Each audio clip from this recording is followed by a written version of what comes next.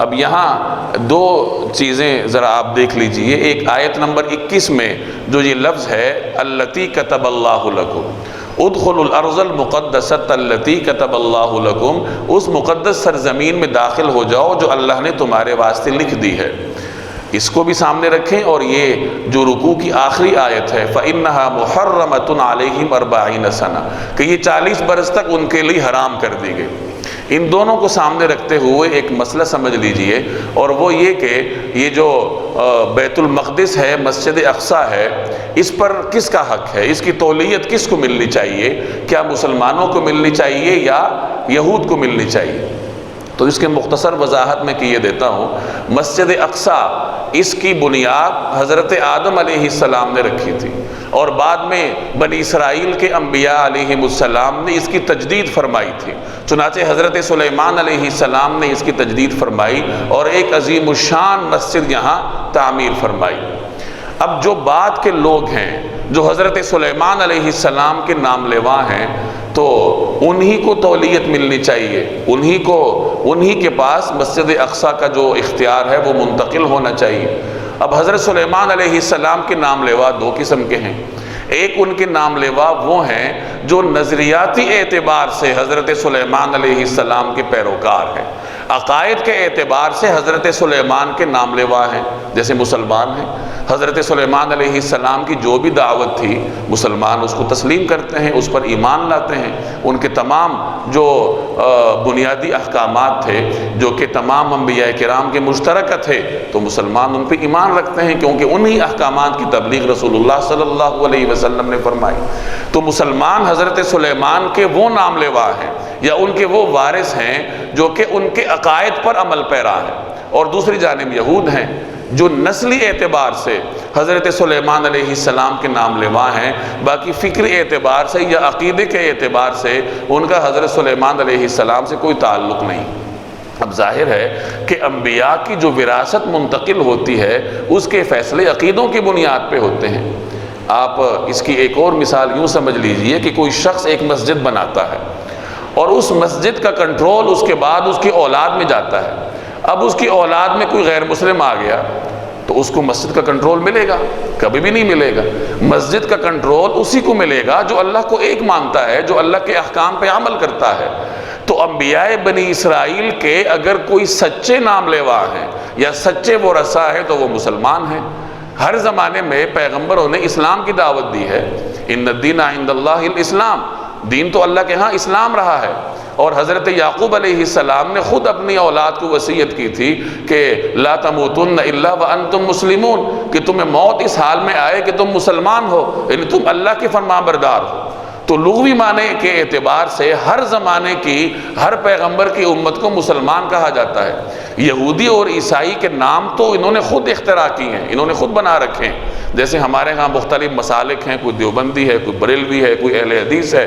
تو جیسے ہم نے یہ نام تراشے ہوئے ہیں اللہ نے ہمیں نہیں دیے، اسی طرح بنی اسرائیل کو بھی اللہ نے یہودی اور عیسائی کا نام نہیں دیا، یہ تو انہوں نے خود تراش رکھے ہیں. اللہ کے ہاں تو ایک ہی نام ہے اور وہ مسلمان ہے.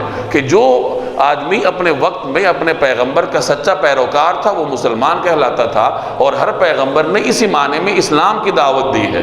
تو انبیاء بنی اسرائیل کے سچے پیروکار اور درست معنی میں ورثاء چونکہ مسلمان ہیں، اس وجہ سے مسجد اقصی پر تولیت کا حق بھی مسلمانوں کا ہے.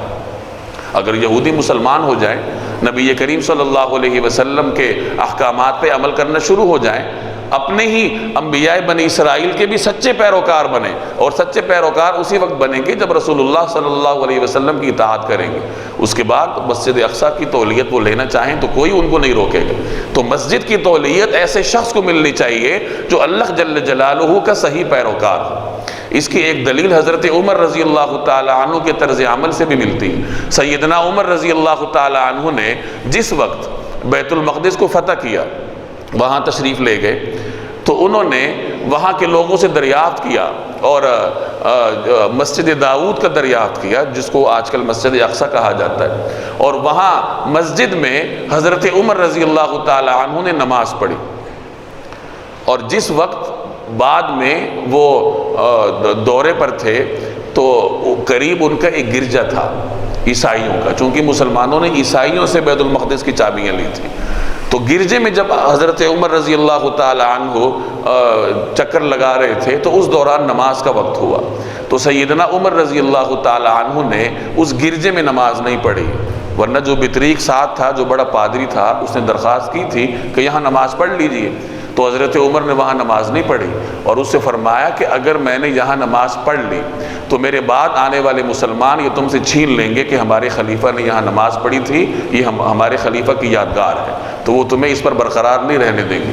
انہوں نے اس گرجے کی سیڑھیوں کے پاس نماز پڑھی، تنہا پڑھی، اور نماز پڑھنے کے بعد انہوں نے اس کو ایک تحریر لکھ کے دی جس میں اس چیز کی وضاحت کی کہ بعد میں کوئی مسلمان اس جگہ پر نہ تو اذان دے اور نہ ہی ان سے چھیننے کی کوشش کرے، یعنی میں نے سیڑھیوں کے پاس جو نماز پڑھی ہے تو اس کا یہ مطلب نہیں ہے کہ مسلمان بعد میں ان سے چھین لیں۔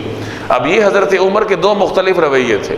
مسجد اقصی میں نماز پڑھی انہوں نے، گویا اس بات کا اعلان کیا کہ اس پہ ہمارا حق ہے، یہ مسلمانوں کی وراثت ہے اور مسلمان ہی اس کے صحیح معنوں میں حقدار ہے، اور گرجے میں نماز نہیں پڑھی، اس پہ عیسائیوں کا حق تسلیم کیا کہ یہ تمہارا حق ہے اور تمہاری زمین ہے، تم اس کو سنبھالو اور ہم میرے بعد بھی تم سے مسلمان نہیں لیں گے۔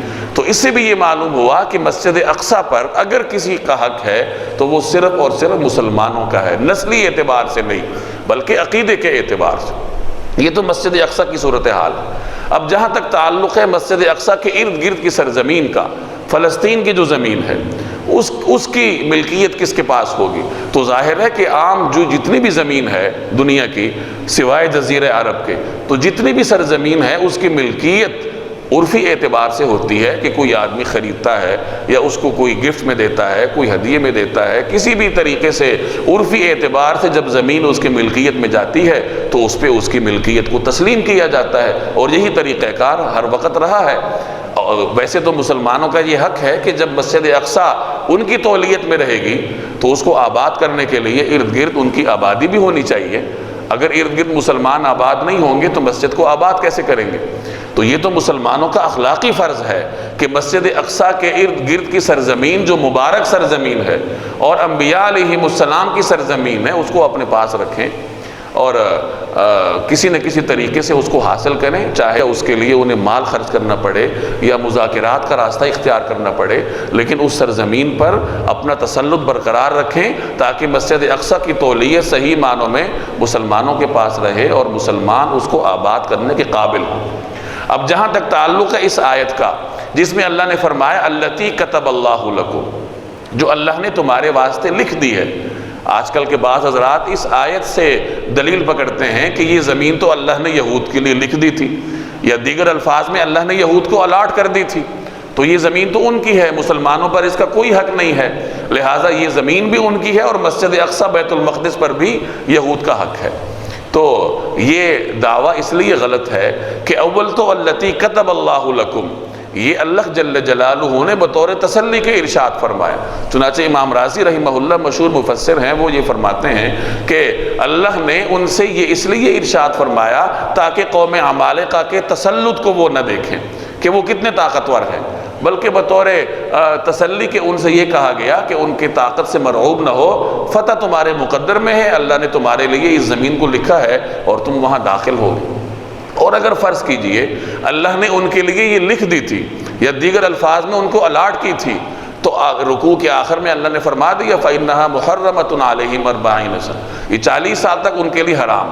گویا وہ جو ہبہ اللہ نے التی کتب اللہ لکم کے ذریعے کیا تو فَإِنَّهَا مُحَرَّمَةٌ عَلَيْهِمْ کے ذریعے اس کو منسوخ فرما دیا۔ آپ اس کو یوں سمجھ لیجئے کہ یہ اگر ان کے لیے ہبہ تھا بھی تو مشروط تھا کہ اطاعت کرو اللہ جل جلالہ کی، پھر تمہیں یہ زمین ملے گی۔ چنانچہ جب انہوں نے اطاعت نہیں کی تو اللہ نے 40 سال تک ان کے لیے اس کو علاقہ ممنوع بنا دیا، نہیں داخل ہو سکے۔ حضرت یوشع علیہ السلام کے زمانے میں انہوں نے اطاعت کی تو اللہ نے اس میں ان کے لیے داخلے کو آسان بنا دیا اور وہاں وہ داخل ہوئے۔ چنانچہ آج بھی اگر التی کتب اللہ لکم کو دلیل بنانا ہے کہ اللہ نے یہ زمین ان کے لیے لکھی ہے تو وہ مشروط طور پر ہے کہ وہ اطاعت کریں گے، اور اطاعت نبی کریم صلی اللہ علیہ وسلم کی ہے۔ اس دور میں اگر وہ اطاعت کریں تو پھر اس علاقے کا وہ حق جتلائیں تو مسلمان بخوشی ان کو دینے کے لیے تیار ہوں گے۔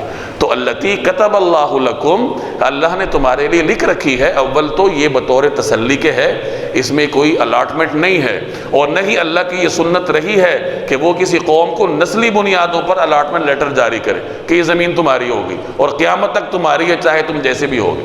تو اول تو یہ کوئی گفٹ نہیں ہے، اور اگر ہے تو مشروط ہے، اور ان کی حرکتوں نے خود ہی اس کو منسوخ کر دیا۔ اللہ کی یہ سنت نہیں رہی کہ وہ کسی قوم کو نسلی بنیادوں پر کوئی زمین دے۔ کوئی مثال آپ کو دنیا میں نہیں ملے گی، ہاں عقیدے کی بنیاد پہ آپ کو مثال مل جائے گی۔ چنانچہ جزیرہ عرب اللہ نے صرف مسلمانوں کے لیے خاص کیا ہے، اور حکم ہے کہ جزیرہ عرب سے یہود اور عیسائیوں کو نکال دو، مشرکین کا یہاں داخلہ بند ہے۔ جزیرہ عرب چونکہ اسلام کا نقطہ آغاز تھا، تو اللہ جل جلالہ نے اس علاقے کو صرف اور صرف مسلمانوں کے لیے خاص کیا ہے، لیکن اس علاقے کو بھی اللہ نے نسلی طور پہ خاص نہیں کیا، عقیدے اور نظریاتی طور پر خاص کیا۔ چنانچہ آج عرب یہ دعویٰ نہیں کر سکتے کہ جزیرہ عرب پر ہمارے سوا کسی کا قبضہ نہیں ہوگا، یا ہمارے سوا کوئی یہاں نہیں رہ سکتا۔ مسلمان یہ دعویٰ کر سکتا ہے، کوئی بھی ہو، چاہے وہ عربی ہے، چاہے وہ اجمی ہے، وہ کوئی بھی ہے، وہ جزیرہ عرب میں رہ سکتا ہے، اور جو مسلمان نہیں ہے اس کو وہ وہاں سے نکال سکتا ہے۔ تو نظریاتی اعتبار سے اللہ نے کسی خاص علاقے کو کسی خاص قوم کے لیے مخصوص کیا ہو عقیدے کی بنیاد پہ، اس کی تو نظیر ہمارے سامنے ہے، لیکن نسلی اعتبار سے اللہ نے کسی قوم کو کوئی زمین دی ہو، اس کی آپ کو دنیا میں کوئی نظیر نہیں ملے گی۔ تو بہرحال مسجد اقصیٰ ہے یا اس کے ارد گرد کی سرزمین ہے، اس پہ مسلمانوں کا حق ہے۔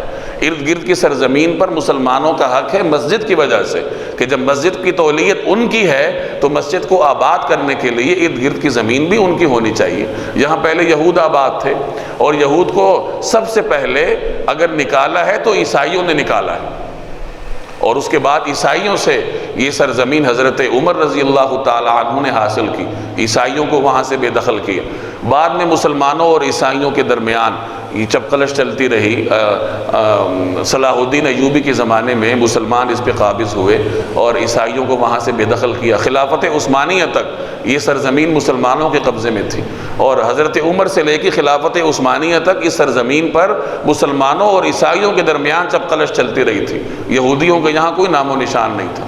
یہ تو جب خلافت عثمانیہ کو پارا پارا کیا گیا تو انگریزوں نے سازشوں کے ذریعے وہاں لا کر یہود کو آباد کیا، اور اب یہود نے وہاں زمینیں بھی خریدی ہوئی ہیں۔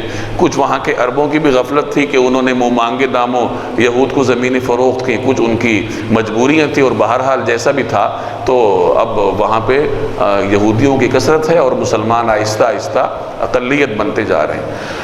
تو بہرحال یہ اس مسئلے کی کچھ تفصیل تھی، چونکہ آج کل اس کو اٹھایا جاتا ہے، اس لیے میں نے اس کا خلاصہ آپ کے سامنے عرض کیا۔